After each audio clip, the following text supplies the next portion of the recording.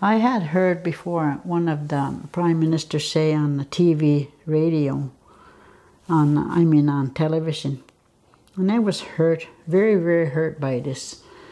He said the NWT, Nunavut, gets 90% of their budget from Ottawa, 97%. 3%, I guess, came from other revenues, resources, whatever. I was hurt because Prime Minister can speak like that, and yet, all our money out of our budget, a lot of it is bring back to the provinces. For one area is health, that's the main one, and transportation. Have they done studies on that? How much business do we give to Winnipeg, Manitoba? That's just an example, but there's Edmonton, there's Ottawa. A lot of our money is, our personal money is, lots of us go down there for medical reasons because we can't be serviced up here for treatment and diagnostic purposes. I was born out on the land where my father delivered me, and there was no government services, no hospital, no nothing in those days. And then we moved to Chesterfield Inlet, which is roughly about 60 miles from here, north from Rankin Inlet. And my father took on a job as an interpreter and a guide for RCMP. And we lived there for 16 years, but I left when I was 13 years old to go to school south. And I come back, 16 years old. I was working at Rankin Inlet nursing station. From there came July 1st, 1964.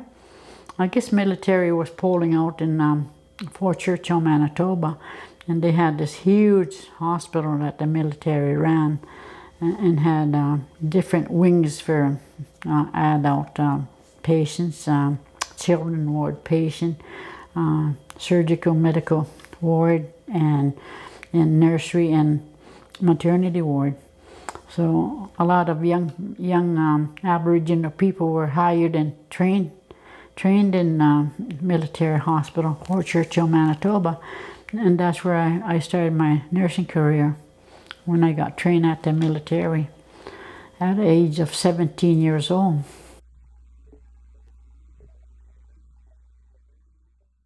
But we formed Nunavut in 1999, April 1, so we have our own territory. We want equal partnership with everything and anything. We don't want to get left behind. Not like in the 50s when the government first came here.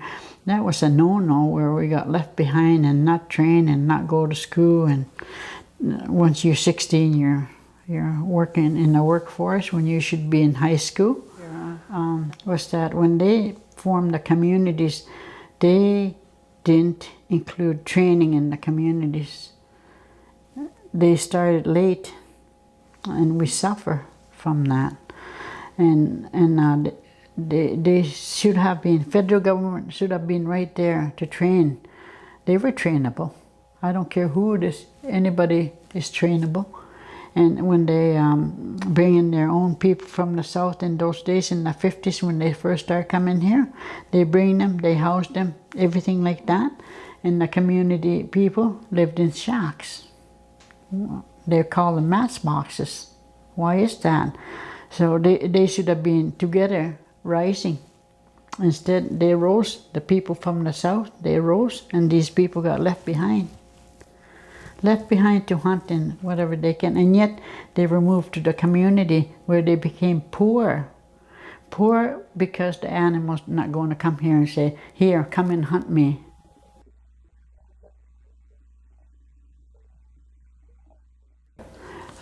There was quite a lot of research happening because, you know, health stuff is, those days were almost new, and we wanted to grow with the rest of the Canada and not get left behind. So there was a lot of good things happening, and And one of the things was to develop a birthing center in the region.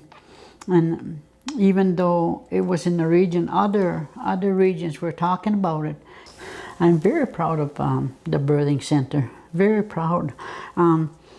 When it was happening, I should say before it happened, there was expected young mothers who were refusing. They were high risk. They were refusing to leave their home. They were strong, expected mothers, very strong, to not want to go and leave their family, their husband, if they have younger ones. They didn't want to leave them, so they didn't want to leave anymore. That's one of the reasons why we fought for the birthing center. A lot of mothers refusing to go have their babies down south. But they had option to go to Yellowknife, Churchill, or Winnipeg. Still, they don't want to go.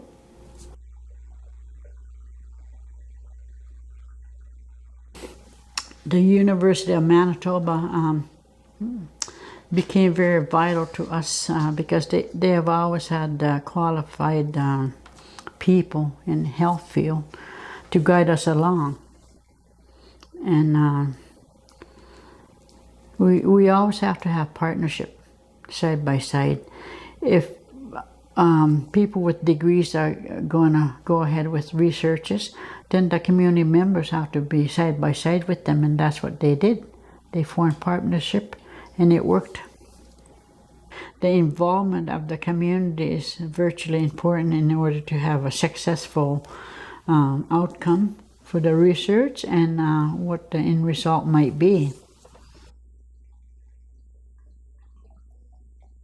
Uwanga upirusutiartima anniartulerennerming qanorlu piqattarmagaata anniartuleriner angiyuumman amma angiglivalliatuinnartor tamanna anniarniuqattartum qausaiirjuan qausaqattangippata qauyinayangimmariktorusunaarmagaan qausartorium qauyimannarman ammalu makkuktuun amisuummata ilinniatsiariaqartun amma ilautsiarluting uvagutamapta ilautsiarluta tusartitaujuumiqattarlutalu.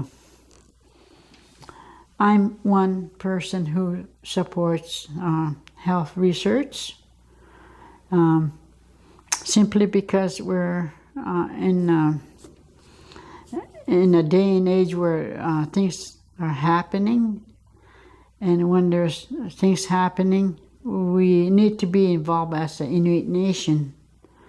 And I like to see young people get education and go further from your graduation grade 12, go post-secondary education, go do a researcher. These kind of things are important, because I know there's a lot of youth out there that's going to have interest in many things, many different things. We're not all geared in one.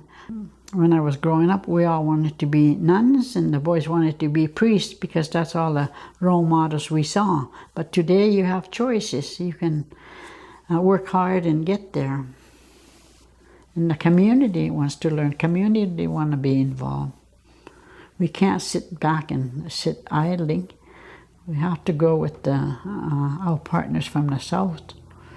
And I know the South want to be involved with us.